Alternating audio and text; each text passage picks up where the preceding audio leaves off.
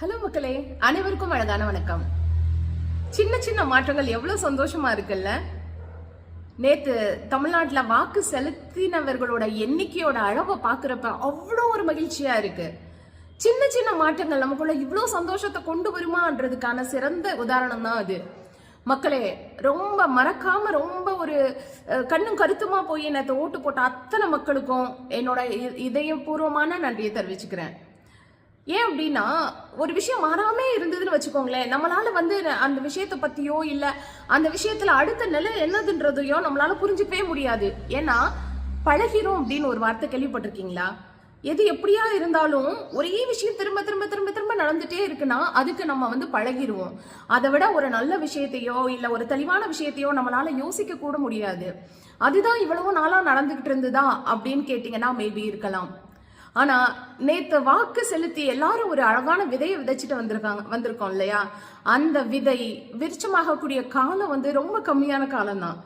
ஒரு நல்ல ஒரு மாற்றத்தை எதிர்பார்த்து நிறைய கோடி மக்கள் காத்துட்டு இருக்காங்க. அது நடக்குன்ற நம்பிக்கையோட நம்ம இந்த பதிவை தொடரலாம்.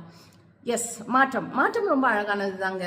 உதாரணத்துக்கு, ஒரு பெண் குழந்தை முதலா வயதுக்கு வர்றப்ப அவளுக்குள்ள நடைபெறுகிற மாற்றம், அதே பெண்ணுக்கு திருமணம் நடந்து முதல் குழந்தை பத்து கையில எடுக்கிறப்ப வரக்கூடிய மாற்றம், அதே குழந்தை பெரியவளாயி அந்த குழந்தைக்கு தான் பாட்டி ஆகுறப்ப கிடைக்கக்கூடிய மாற்றம் எவ்வளவு ஒரு அழகான மாற்றம் இல்ல?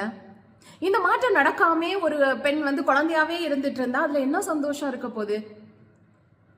இல்ல ஏதோ ஒரு நிலையில அது ஸ்டக் ஆகி அந்த இடத்துல அதே ஒரு பருவநிலையோட இருந்துட்டா எதுவுமே ஒரு ஒரு வித்தியாசமான ஒரு அனுபவத்தையோ இல்ல உணர்வுகளையோ புரிஞ்சுக்கவே முடியாது இல்லையா? ஒரு ஆணா இருக்கக்கூடிய பட்சத்துல பள்ளி கல்லூரி படிப்பை முடிச்சு முதலா வேலைக்கு போய் அவன் முதல் சம்பளம் வாங்குறப்ப அவனுக்குள்ள நடைபெறக்கூடிய ஒரு அற்புதமான ஒரு உணர்வு இல்ல? அவன் முதல்ல தந்தை ஆகுறப்ப தன்னோட குழந்தைய கையில ஏந்துறப்ப அவனுக்குள்ள நடக்கிற ஒரு மாற்றம் இல்ல? இதுதாங்க மாற்றம். இந்த மாற்றத்துக்காக தான் நேற்று எல்லாரும் வாக்கு செலுத்திட்டு வந்திருக்கோம். அந்த மாற்றம் நமக்கு ரொம்ப அற்புதமான அனுபவத்தை கொடுக்குமா அப்படின்றத நம்ம பொறுத்து இருந்துதான் பார்க்கணும். எது எப்படியோ நல்ல அனுபவங்கள் எல்லாம் வாழ்க்கையில மிகப்பெரிய மாற்றங்களையும் சந்தோஷங்களையும் கொண்டு வரும். அந்த மாதிரி தான் நேத்து நடந்தது.